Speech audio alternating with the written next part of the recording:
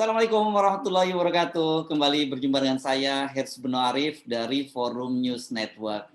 Barangkali Anda salah satu orang yang dalam hari-hari ini mendapat kiriman ya petisi tentang bagaimana sekelompok tokoh masyarakat mengingatkan Presiden Jokowi bahwa pada tahun 2022 sampai 2024 itu bukan waktu yang tepat untuk membangun ibu kota baru. Intinya mereka minta agar pembangunan ibu kota baru ini di hold dulu lah, tidak dilanjutkan. Dan salah satunya itu adalah Profesor Azumadi Azra. Beliau ini mantan rektor dari Universitas Islam Negeri Jakarta dan juga salah satu anggota Dewan Pers terpilih ini. Saya akan mengajak Anda untuk berbincang dengan Profesor Azumadi Azra. Assalamualaikum, Prof. Waalaikumsalam warahmatullahi wabarakatuh, Bung Hersu dan para penonton yang berbahagia. Semoga sehat semua ya. Ya, saya lihat ini sampai ini hari Sabtu sore sudah ada 5.500-an lebih 5.355 orang yang tanda tangan ini lumayan banyak. Dan saya tahu ini bukan satu-satunya petisi yang juga yang diajukan oleh Prof. Azumadi ya. Ada juga yang menginisiasi, ada petisi lain ya. Bisa Anda ceritakan mengapa sampai kemudian membuat lebih dari satu petisi soal ibu kota baru? Begitu seriuskah? Ya sebetulnya minggu lalu ya saya dengan inisiatif dari Bung Jilal Mardani ya yang didukung oleh 4 orang saja, Bung Jilal, kemudian Faisal Basri dan Agus Pambagio dan saya itu mengeluarkan petisi juga yang intinya itu agar meminta Presiden Jokowi untuk menandatangani semacam fakta integritas, semacam perjanjian lah bahwa jika beliau tetap melanjutkan proyek pembangunan ibu kota ini dan kemudian nanti kesulitan keuangan, mangkrak dan lain sebagainya, maka kemudian yang bertanggung jawab itu adalah Presiden Jokowi gitu di dalam fakta integritas. Dan itu juga banyak yang menyetujui petisi itu sehingga sampai hari ini saya lihat tuh sudah hampir 8 ribuan gitu ya. Padahal cuma 4 orang aja yang mengajukan itu ya. Nah, memang setelah saya mengeluarkan, bukan saya, Pak Jilal Mardani dan kawan-kawan itu termasuk saya mengeluarkan petisi itu, kemudian diedarkan dan mendapat tanggapan juga. Sementara itu juga berkembanglah pembicaraan wacana mengenai IKN ini terus berkembang kan dari berbagai segi ya kan, termasuk juga judicial review, rencana judicial review yang sedang disiapkan ya.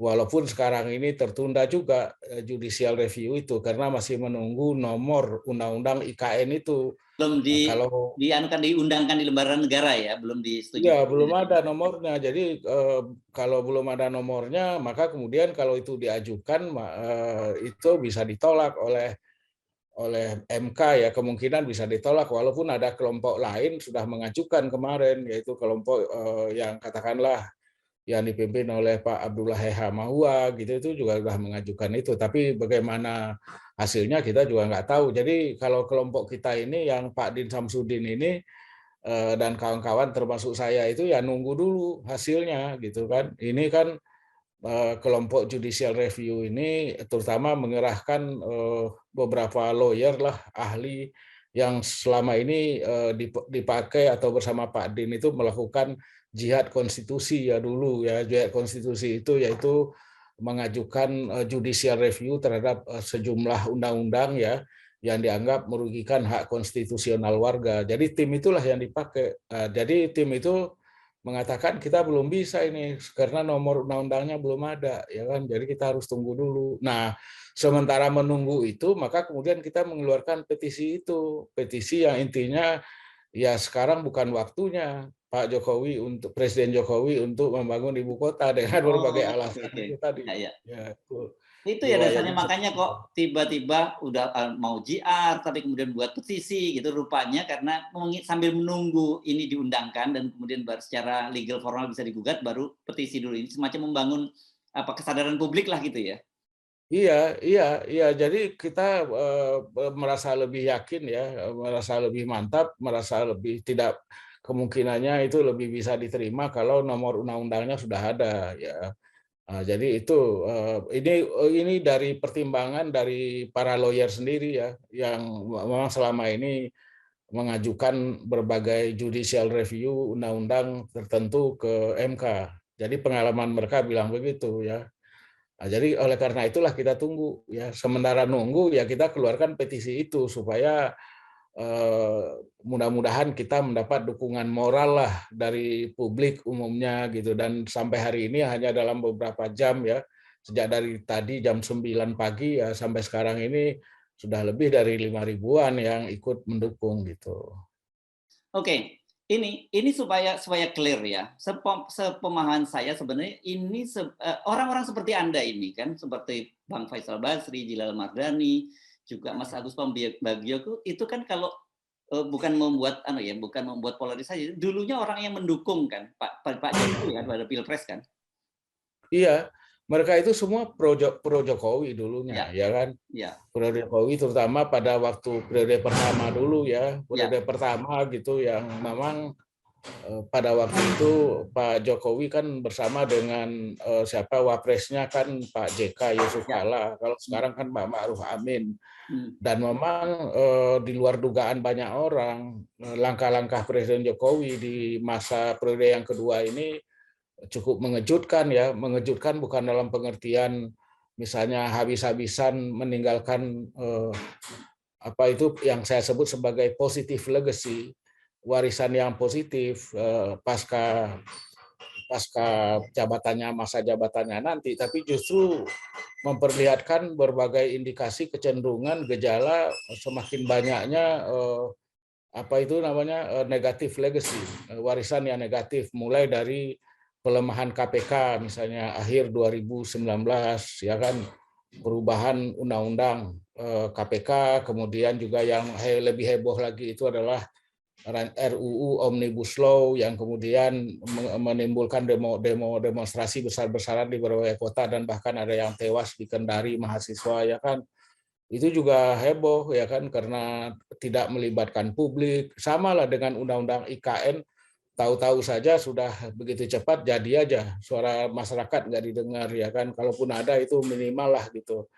Nah, jadi itu presiden-presiden yang mengejutkan sehingga kemudian orang-orang yang semula pro Jokowi kemudian agak bergeser gitu menjadi lebih kritis barangkali ya, termasuk nama-nama yang tadi Mas Hersu sebutkan itu menjadi lebih kritis. Sebetulnya kritisisme mereka itu bukan karena benci atau apalah sama Pak Jokowi, tapi justru sebetulnya sayang sama Pak Jokowi, ingin agar Pak Jokowi ini meninggalkan warisan yang bagus lah ya, yang berharga bagi negara bangsa kita, misalnya supaya demokrasi kita lebih terkonsolidasi. Sekarang kan enggak, kelihatannya kalau Pak Jokowi nggak melakukan langkah-langkah yang drastis gitu, maka kemudian ini akan menimbulkan beban sejarah yang saya sebut di dalam sebuah kolom di media nasional ya sebagai beban sejarah, karena pada masa Pak Jokowi inilah demokrasi kita untuk pertama kalinya mengalami setback, mengalami langkah mundur dan tidak ada tanda-tanda mau itu, kecuali betul-betul kita harapkan drastis, termasuk juga pertumbuhan oligarki politik dan oligarki bisnis yang begitu menguasai lah ya, termasuk juga dalam soal IKN kan banyak juga diskusi itu mengenai adanya oligarki bisnis yang ada menguasai lahan di sana ya, ratusan ribu hektar misalnya, itu kan juga rame, itu kan datanya juga banyak beredar gitu kan, kira-kira begitu. Jadi gejala-gejalanya itu apa, apalagi kalau misalnya proyek IKN ini tetap diteruskan, dan saya kira itu menjadi semacam proyek mercusuar ya, karena anggarannya itu kalau sekarang ini dihitung katanya 466 triliun ya, tapi dalam kalkulasi di DPR itu bisa sampai 1.500-an triliun ya, berarti setengah tahun APBN kita. Jadi kalau dana APBN 1 tahun dipakai ke sana, ya kita berhenti menikmati pendidikan, berhenti menikmati fasilitas kesehatan, semuanya harus berhenti, kecuali hanya pembangunan di ibu kota negara saja gitu. Itu kalau diambilkan dari APBN. Padahal juga APBN itu sepertiganya juga dapat dari hutang misalnya. Itu kan meninggalkan warisan, apalagi kemudian jadi mangkrak ya, karena masa pemerintahan Pak Jokowi ini, Presiden Jokowi ini kan cuma tinggal sekitar 2,5 tahun kurang ya. Dalam 2,5 tahun ya, 2,5 tahun itu jangankan membuat sebuah kota ya, kita membuat rumah aja ya, nggak bisa selesai. Rumah yang bagus, yang permanen itu nggak bisa selesai dalam waktu 2 tahun ya. Sampai bisa ditempati dengan nyaman itu nggak bisa 2 tahun. Saya punya pengalaman juga membangun rumah itu nggak bisa selesai 2 tahun ya. Ya, Rumah ya, yang ya. cukup bagus, iya nggak inilah. Ya, Kecuali kalau rumah gubuk ya. Kalau ya, rumah gubuk ya bisa 2 malam, 3 malam, 3 hari itu bisa ya. ya, Nah, ya. jadi ini yang sebetulnya yang kita serukan kepada Presiden Jokowi melalui petisi itu ya, bukan waktunya sekarang ini karena berbagai pertimbangan, apalagi sekarang COVID-19 Omikron itu luar biasa peningkatannya luar biasa, dan bahkan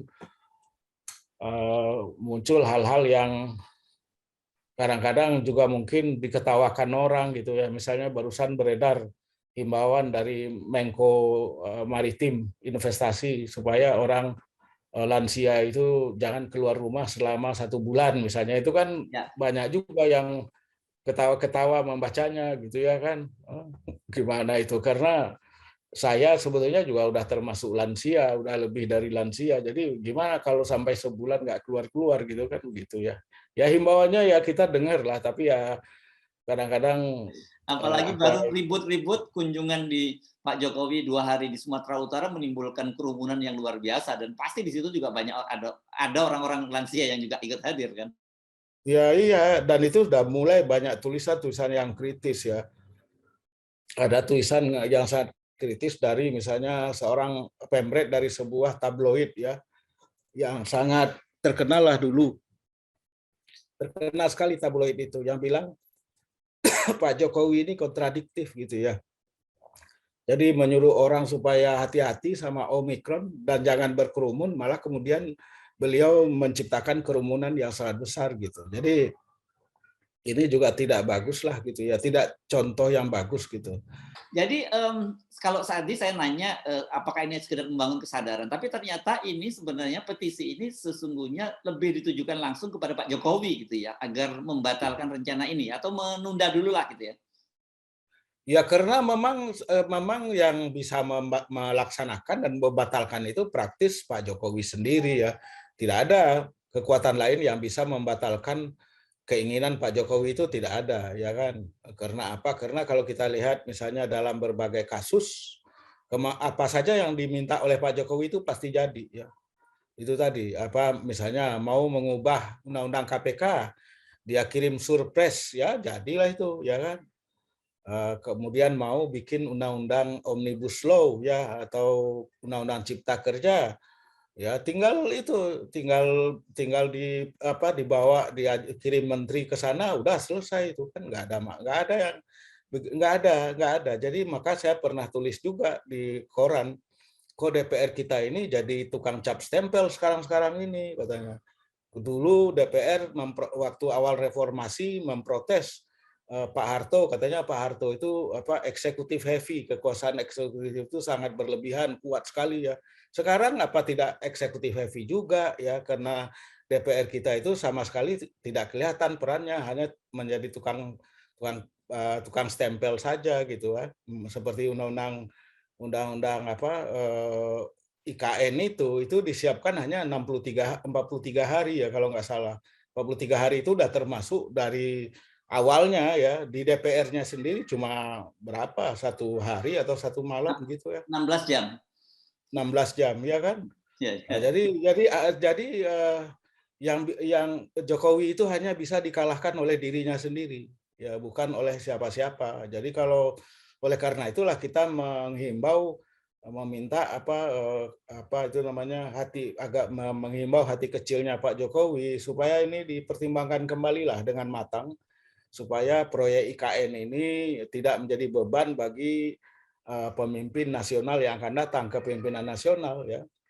Kepemimpinan nasional yang akan datang belum tentu juga meneruskan ya. Kalau kepemimpinan nasionalnya itu bukan Pak Jokowi, ya maka nggak ada jaminan juga meneruskan, kecuali Pak Jokowi diperpanjang masa jabatannya, misalnya seperti ada yang usul menjadi sampai 2027 misalnya, atau misalnya dipilih lagi untuk periode yang ketiga pemilu 2024 nanti, Presiden Jokowi boleh maju lagi sebagai capres gitu ya. Nah, tapi kan itu harus mengubah Undang-Undang Dasar 1945 kan, mengubah pasal masa jabatan presiden itu 2 kali ya. Nah, lagi-lagi ini kan juga bukan tidak mungkin perpanjangan itu ataupun perubahan Undang-Undang Dasar itu bukan tidak mungkin dilakukan ya. Karena apa? Karena kalau Presiden Jokowi misalnya bilang menghendaki gitu ke DPR dan MPR supaya dilakukan amandemen, ya kan? Walaupun mungkin entry point-nya itu tidak itu, entry point-nya bisa saja apa itu agar ada pasal mengenai PPHN. PPHN itu Pokok-pokok apa itu haluan negara. pokok-pokok haluan negara misalnya, atau Ya. misalnya bisa saja entry point-nya itu adalah penguatan peran DPD gitu. Tapi kemudian sekaligus juga dilakukan ya penambahan itu amandemen pasal mengenai masa jabatan presiden, itu kan bisa saja terjadi. Ya. Nggak ada yang bisa menghalangi karena memang seperti yang tadi saya katakan, antara kekuasaan eksekutif sekarang dengan legislatif itu sudah menjadi oligarki yang tidak bisa dilawan siapapun. Ya. Paling banter ya mungkin yang suka nggak ikut itu PKS ya kan. Undang-undang IKN kemarin PKS juga nggak ikut ya kan misalnya. Tapi itu kan tidak signifikan, kekuatan PKS tidak signifikan. Nah, jadi itulah masalahnya. Kan kalau Ketua MPR sendiri Bambang Susatyo sudah menyatakan akan mengkaji kemungkinan untuk memberikan semacam landasan hukum yang kuat yang disebut tadi PPHN tadi, agar siapapun nanti yang akan menjadi presiden berikutnya itu harus melanjutkan ibu kota baru ini. Iya, itu kan pernyataan ya. Saya juga berkali-kali diskusi ya mengenai amandemen Undang-Undang Dasar 1945 itu, dan selalu dikatakan Ketua MPR mengatakan ya kita hanya ingin agar ada PPHN itu, pokok-pokok haluan negara itu, supaya ada kesinambungan pembangunan gitulah kira-kira. Jadi kalau misalnya presiden sekarang membangun ibu kota negara baru, maka kemudian itu nanti harus dilanjutkan oleh presiden yang akan datang misalnya. Nah, tapi kan itu kan pernyataan saja ya. Menurut saya sih harus ada hitam di atas putih ya, apa saja dari Undang-Undang Dasar 45 itu yang mau diamandemen lagi. Harus ada hitam di atas putih, dan juga harus ada dengar pendapat secara meluas ya, secara luas dengan antara MPR atau DPR atau MPR dengan masyarakat, dengan kampus, dengan ormas ya kan. Nah, selama ini kan enggak, cuma pernyataan saja dari ketua MPR bahwa kita mau mengamandemen agar ada PPHN gitu ya menurut Undang-Undang Dasar 1945, tapi kan tidak pernah ada. Saya mendengar rapat dengar pendapat umum RDPU misalnya dengan berbagai kalangan, kan tidak ada, dan juga tidak ada naskah akademik ya mengenai amandemen itu, pasal-pasal mana saja. Saya bilang itu harus hitam di atas putih ya kan, nggak bisa ada hanya dengan pernyataan-pernyataan seperti itu ya. Termasuk juga dari kalangan DPD kan juga meminta supaya ada amandemen, tapi kan lagi-lagi harus ada hitam di atas putih. Kalau enggak maka nanti akan menjadi seperti ibarat membuka kotak Pandora ya, kotak Pandora yang kemudian memunculkan berbagai macam hal yang tidak bisa jadi tidak terkendali, seperti terjadi dalam 4 amandemen tahun 99 sampai 2001. Banyak kalangan atau ada kalangan yang mengatakan amandemen keempat kali 4 amandemen itu kebablasan ya kan. Bahkan ada yang bilang, wah kebablasannya karena waktu amandemen itu ada yang nongkrongin ya kan, ada yang bilang katanya NDI dari Washington DC membawa uang berkoper-koper katanya ya kan. Saya nggak tahu pasti ya, walaupun saya waktu itu juga anggota tim ahli ya dalam amandemen itu. Saya masih ingat pergi kemana-mana gitu mensosialisasikan curah pendapat ya mengenai amandemen itu, tapi saya nggak pernah lihat gitu ya orang bulenya dengan duitnya itu nggak pernah. Tapi adalah kalangan yang bilang seperti itu, wallahu a'lam lah gitu. Tapi ada isu seperti itu bahwa Undang-Undang Dasar 45 ini kebablasan hasil amandemen itu dan kita harus kembali kepada Undang-Undang Dasar 1945 yang asli. Nah, kita nggak tahu yang aslinya itu yang mana gitu kan. Kalau asli berarti tidak ada pembatasan masa jabatan presiden. Kalau yang dipakai Undang-Undang Dasar 45 yang dipakai pada masa Orde Baru gitu, atau sejak masa Soekarno gitu, ya nggak ada pembatasan masa jabatan presiden ya kan. Apa kita pengen lagi ke situ gitu kan? Oke, kembali lagi kita ke soal petisi tadi ya. Mari kita elaborasi lebih jauh. Itu kalau kata-kata belum saatnya, tahun 2022 sampai 2024 belum saatnya memindahkan ini, apakah pertimbangannya hanya semata-mata persoalan anggaran negara yang tidak yang sekarang memang sedang berat-beratnya, atau ada pertimbangan-pertimbangan lain? Ya pertimbangan yang lain mungkin pertimbangan yang lebih bersifat akademik ya. Misalnya bahwa penetapan lokasi ibu kota baru itu dimanapun ya, seharusnya dimanapun ibu kota negara itu mau ditetapkan harus ada naskah akademiknya. Naskah akademiknya itu mencakup misalnya kalau satu wilayah ditentukan ya kan, tempat ditentukan, maka harus ada kajian misalnya mengenai macam-macam lah itu, geologinya ya kan, mengenai apa lingkungannya, hutannya, dan bahkan juga dari sudut keamanannya, hankamnya, apakah ini dekat bisa kejangkau sama rudal dan sebagainya kan begitu. Ya ditinjau dari berbagai aspeknya itu. Tapi ini kan naskah akademiknya itu enggak ya ada, tapi banyak juga yang mengatakan, yang membaca itu, saya juga baca, tapi saya tidak mau memberikan penilaian ya.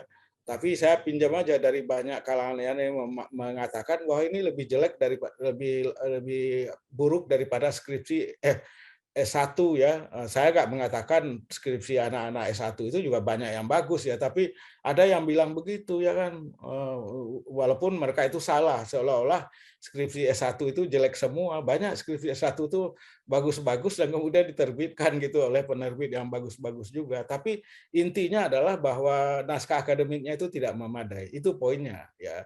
Itu poinnya, walaupun mungkin pembahasannya, diksi yang dipakai itu nggak pas gitu, Ini tapi hati-hati nih, intinya sekarang diksi ini bisa persoalan sekarang ini. iya, jadi persoalan. Ada yang bilang seperti itu seolah-olah, tapi sejauh ini nggak ada anak-anak S1 yang memprotes ya kan, syukurnya. Lagi lapor polisi gitu ya. Iya, atau lapor polisi karena anak-anak S1 ya sudahlah, itu dianggap saja angin lalu gitu kan, kita kita nulis skripsi nggak begitu bagus kok gitu kan. Saya membimbing skripsi anak-anak S1 itu ya bagus-bagus gitulah, bagus gitu. Ya ada yang lemah ya, ada juga, tapi ya nggak sampai sejauh itu. Jadi itu yang pertama, sudut akademiknya, nggak ini. Kemudian tentu saja juga pertimbangan lingkungannya gitu kan, termasuk juga lahannya, penyediaan lahannya. Kalau yang sekarang kan pertama apa itu lingkungannya itu disebut sebagai lingkungan yang tidak ideal lah sebagai sebuah calon ibu kota, banyak lubang-lubang bekas galian gitu kan yang tidak lagi ditimbun. Kalau saya membayangkan memang dan juga banjir katanya ya, itu mungkin bisa diatasi. Kalau saya membayangkan sih pribadi ya, bagusnya ibu kota itu di perbukitan gitu ya. Perbukitan jadi lebih terjaga dari banjir, airnya bisa dialirkan ke bawah semua gitu. Harusnya seperti itu. Itu lebih ideal gitu ya. Kalau di daerah yang bekas galian, tambang, waduh, itu kan repot sekali ya. Dan juga katanya airnya di situ nggak memadai, AMDAL-nya juga nggak memadai, apalagi kemudian bagaimana itu mendapatkan penguasaan tanah lahan yang di situ itu, yang ratusan ribu hektar dikuasai oleh perusahaan-perusahaan besar, perusahaan-perusahaan tambang besar gitu ya. Itu gimana caranya? Kita juga nggak mendengar bagaimana penjelasan pemerintah mengenai ini ketika beredar misalnya berbagai informasi mengenai penguasaan lahan itu oleh perusahaan-perusahaan besar ya, perusahaan tambang dan perusahaan kehutanan gitu di sana itu. Nah, jadi ini yang jadi masalah. Kemudian juga tidak ada misalnya kajian, studi atau bagaimana apa yang harus dilakukan misalnya kalau lingkungan masyarakat di situ itu terserabut ya dari akarnya, pasti itu ya kan, terserabut dari akarnya karena kemudian ada ibu kota baru, mereka kemudian jadi tergusur. Saya bayangkan itu kayak di BSD itu, Bumi Serpong Damai itu, Ya, ya, ya, ada ya. kantong-kantong pemukiman yang memang kemudian kemudian apa ya, dipagar, terkepung oleh pagar-pagar ya kan, BSD ataupun misalnya juga mungkin saya kira juga Pantai Indah Kapuk gitu ya. Jadi sebuah lingkungan yang terasing dari ininya. Saya nggak dari sebuah kota yang diciptakan, yang baru diciptakan gitu. Nah ini gimana mengatasinya? Kita juga nggak ada diberitahu mengenai hal itu gitu. Sehingga termasuk juga persoalan dengan lingkungan adat, masyarakat adat di situ itu gimana gitu kan. Nah, tentu saja sekarang ini ya masyarakat lokal di mana ibu kota negara itu mau ditempatkan, tentu saja dalam hal tertentu mereka senang ya kan, dalam hal tertentu maklumlah Pasti mau ya. jadi tempat ibu kota negara, tapi kan kemudian eh, itu sedikit itu pastilah menimbulkan dampak bagi kehidupan mereka, kehidupan sosial, budaya, agama itu akan terdampak semua. Nah, Ya. bagaimana pemerintah menangani itu ya, itu juga tidak jelas. Harusnya kan melibatkan antropolog dan sosiolog ya, mengkaji dampak-dampak seperti itu. Ini yang tidak terjadi ya. Jadi menurut menurut pandangan kita ini terlalu tergesa-gesa ya, terburu-buru, seolah mengejar target tahun 2024 harus Ya, upacara 17 Agustus sudah harus di sana gitu ya, ya. ya, ya, ya. Ya mungkin bisa saja 17 Agustus di sana, tapi mungkin mungkin di bangunan sementara atau di lapangan sementara itu mungkin bisa saja. Tapi untuk membayangkan misalnya 17 Agustus 2024 itu sudah ada istana yang lengkap, yang besar, yang megah seperti yang diedarkan di video-video itu ya kayaknya sih saya terus terang aja nggak begitu yakin itu bisa tercipta ya. Kecuali kalau bekerjanya mungkin nggak tahu deh bagaimana cara kerjanya bisa menyelesaikan itu dalam waktu sekitar 2 tahunan gitu. Oke, ini kan artinya mencoba mengapa ya, mengepil Pak Jokowi untuk muncul kesadaran baru agar membatalkan ini. Tapi rasanya kalau lihat apa ya, bagaimana semangatnya beliau, kemudian bagaimana undang-undang dikebut, kok ini seperti kita menggantang asap ya, Bang Edi soal ini. Iya sih, iya, iya. Jadi kita kalau dari sudut kita ya, saya khususnya lah, memang tidak ada yang bisa dilakukan kecuali hanya menghimbau, nggak bisa. Kita tidak mungkin melakukan cara-cara yang melanggar hukum, misalnya kan nggak mungkin. Ya. Misalnya memprovokasi orang untuk melakukan hal-hal yang melanggar hukum, menentang itu kan nggak mungkin. Kita sendiri adalah warga negara yang selalu patuh pada hukum, law abiding citizen gitu kan, walaupun itu judul film ya, tapi ya kita patuh hukum lah ya kan, walaupun kita tidak setuju sama kebijakan pemerintah misalnya ya kita tidak menyuruh masyarakat melakukan apa-apa, ya udah paling kritik saja gitu atau menghimbau, itu aja yang kita lakukan. Jadi pengalaman kita selama ini ya, saya misalnya ya tidak pernah didengarkan ya kan, tidak pernah ya. Dulu pernah juga waktu undang-undang KPK diubah itu, kita juga menghimbau presiden, bahkan Presiden Jokowi waktu itu mau menerima di istana berdialog, dan kita waktu itu rombongannya 60 orang itu meminta agar Presiden Jokowi membatalkan undang-undang KPK yang sudah diperbaharui itu dengan mengeluarkan Perpu. Kata Presiden Jokowi, ya kita pertimbangkan. Tapi setelah kemudian undang-undangnya itu ini nggak pernah dipertimbangkan, ya kan?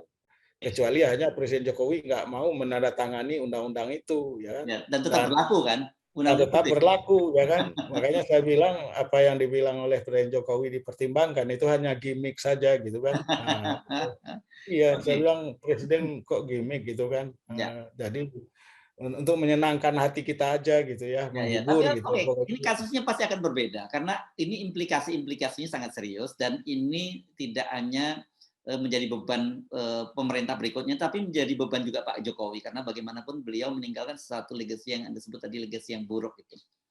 Apa yang akan terjadi kalau ini terus berlanjut? Ya, kalau ini berlanjut ya mungkin mungkin itu tadi ya paling penyesalan ya kan nggak mungkin ya apa namanya melakukan tindakan hukum ya kepada mantan presiden ya dalam pembangunan sama seperti misalnya mangkraknya proyek Hambalang ya. Proyek Hambalang itu kan jauh lebih kecil, itu kan hanya semacam komplek Ya, ya. olahraga ya kan. Hanya komplek olahraga ya, tapi kan mangkrak itu ya, kan nggak ada orang yang bisa menuntut Presiden SBY kan, nggak bisa gitu kan, susah. Jadi oleh karena itulah maka kemudian memang harus presiden harus mempertimbangkan betul-betul matang-matang ini dalam waktu 2 tahunan bisa selesai nggak ya kan? Kalau nggak selesai, nggak ada jaminan presiden yang akan datang melanjutkan gitu kan begitu. Nah, jadi ya, harus dipertimbangkan oleh presiden sendiri, bukan oleh siapa-siapa gitu kan. Dampaknya jelas itu akan apa dampaknya itu ya dampak keuangannya jelas ya kan. Kalau misalnya dalam 2 tahun itu dikebut membangunnya, kemudian mungkin menghabiskan dana ratusan triliun gitu ya, ratusan triliun katakanlah mungkin nggak sama ya nggak kan dihitungnya katanya 466 triliun itu kan sampai selesai dalam hitungan pertama. Tapi kalau nggak selesai tapi udah dibelanjakan sebagian anggarannya itu mungkin udah ratusan, 200-an, 300-an triliun, itu kan mubazir, sayang-sayang, eman-eman ya. Padahal kan itu lebih bisa lebih manfaat digunakan untuk mitigasi korban COVID-19 ini. Banyak yang bangkrut, ya kan, usaha-usaha kecil pada bangkrut, toko-toko pada bangkrut, banyak pengangguran dan lain sebagainya. Yang nggak bisa terselesaikan hanya dengan memberikan bantuan sosial. Bansos itu nggak memadai sama sekali untuk memitigasi dampak negatif dari COVID-19. Nah, jadi itulah makanya kemudian ini kan juga nggak jelas sumbernya itu, pendanaannya itu dari mana, masih bertikai ya. Ya. Menteri Keuangan bilang dari dana PEN ya, Ya, ya. penanggulangan apa itu ekonomi nasional ya karena COVID-19. Tapi kemudian kalangan DPR bilang nggak bisa itu dana PEN dipakai untuk membangun ibu kota, nggak bisa itu melanggar undang-undang ya kan. Kemudian oleh Menteri Menko Ekonomi ya itu bilang enggak, bukan dari dana PEN ya kan, tapi dana yang sebahagiannya itu ya sebahagian dari dana refocusing ya, program-program Ujung-ujungnya tetap lain dan juga APBN juga itu kan? refocusing ya dari APBN juga ya kan. Ya. Ya. Jadi oleh karena itu ya refocusing itu bisa diambilkan dari sektor pendidikan, sektor kesehatan. Jadi oleh karena itu misalnya di kampus tidak ada lagi riset, ya kan, dana untuk penelitian nggak ada, dana untuk mungkin remunerasi juga nggak ada, karena di refocusing itu. Juga kesehatan misalnya mungkin tidak sepenuhnya itu gratis, misalnya kan seperti itu, ya yang terjadi itu. Ya, ini Selain ya. itu ya dana penyertaan dari dana swasta.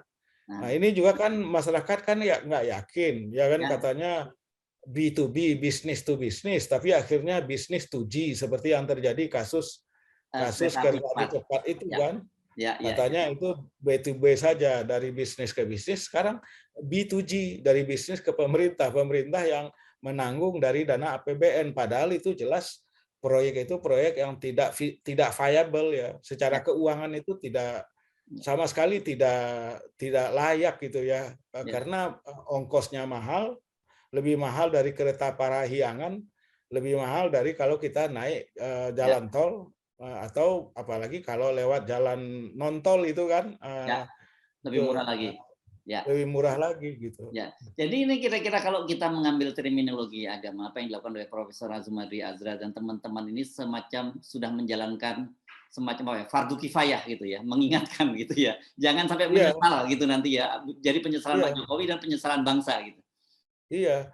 Kalau dari sudut saya ya fardu ain saya udah saya Fardu tugaskan. lain Fardu ya. ain saya itu Ya, ya. apa, Ya. tanggung jawab pribadi saya untuk mengingatkan Oke. sebagai orang yang sedikit banyak punya ilmu, punya pengetahuan, punya pengalaman, punya pengalaman dan bisa berpikir menggunakan nalar saya, maka fardu ain bagi saya untuk mengingatkan. Kalau saya diam saja, maka berarti saya mengenyampingkan ya, tidak mempedulikan nalar saya, mempedulikan ilmu pengetahuan dan pengalaman saya. Yang Nah, lain yang kedua, gugur ya ini kewajibannya ya. Kalau fardu ain berarti walaupun sudah ada yang Profesor Azumati lakukan, yang lain tetap kena dosanya nih kalau nggak melakukan.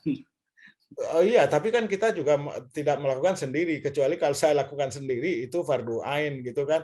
Tapi kalau saya bersama-sama seperti petisi itu menjadi fardu kifayah dia ya kan.